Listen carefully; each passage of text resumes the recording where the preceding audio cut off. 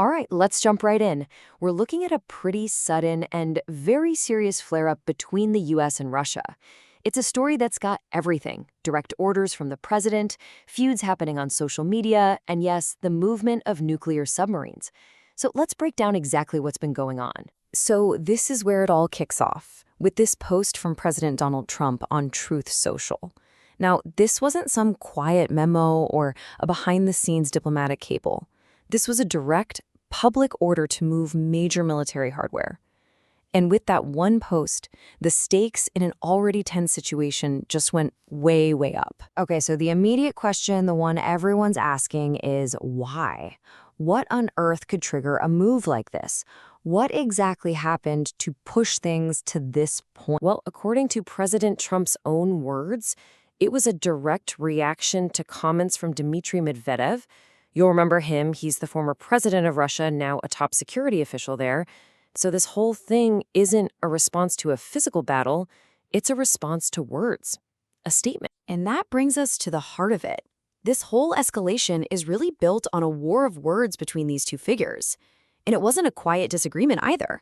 This all played out in public, on social media, for the entire world to see. So here's Dmitry Medvedev's take on it, which he posted on X.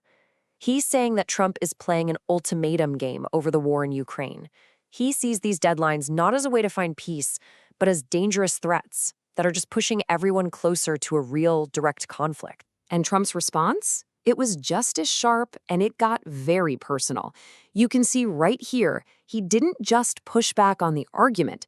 He went straight after Medvedev himself.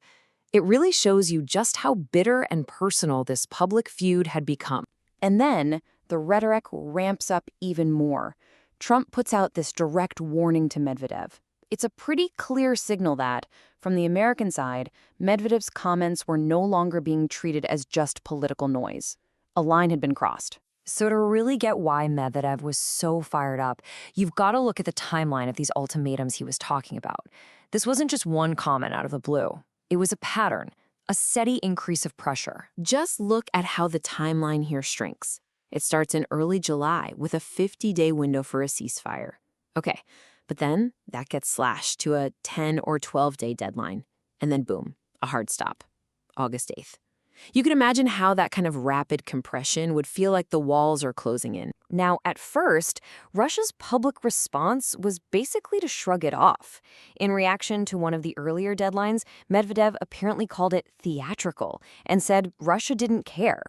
But as we're about to see, that dismissive attitude was about to change in a big way. And this is where the story takes a really dark turn. The language shifts from being dismissive to being openly threatening.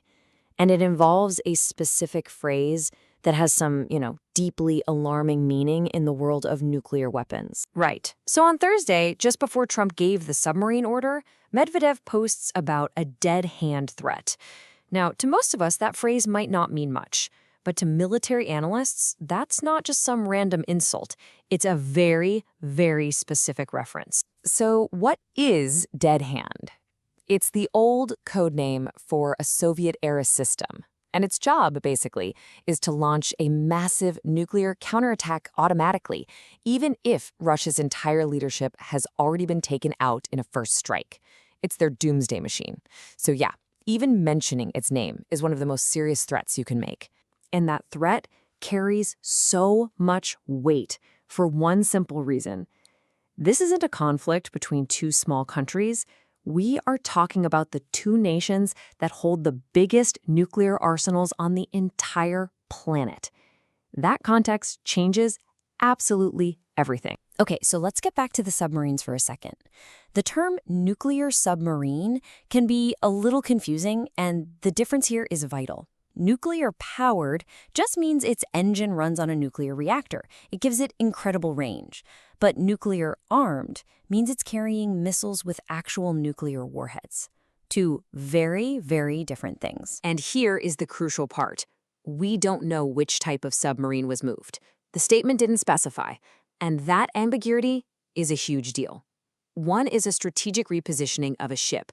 The other is a direct escalation involving active nuclear weapon systems. And we just don't know which it was. So, when you put it all together, you see this really troubling chain of events. You have a war of words on social media that leads to a specific nuclear threat, which then leads to the actual, real-world movement of military assets.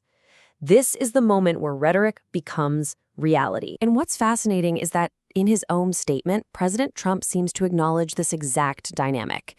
It's a reflection on that thin, dangerous line between just saying something and actually doing something, and how easily words can spiral into consequences that maybe nobody wanted. And all of this leaves us with a final, really important question to think about.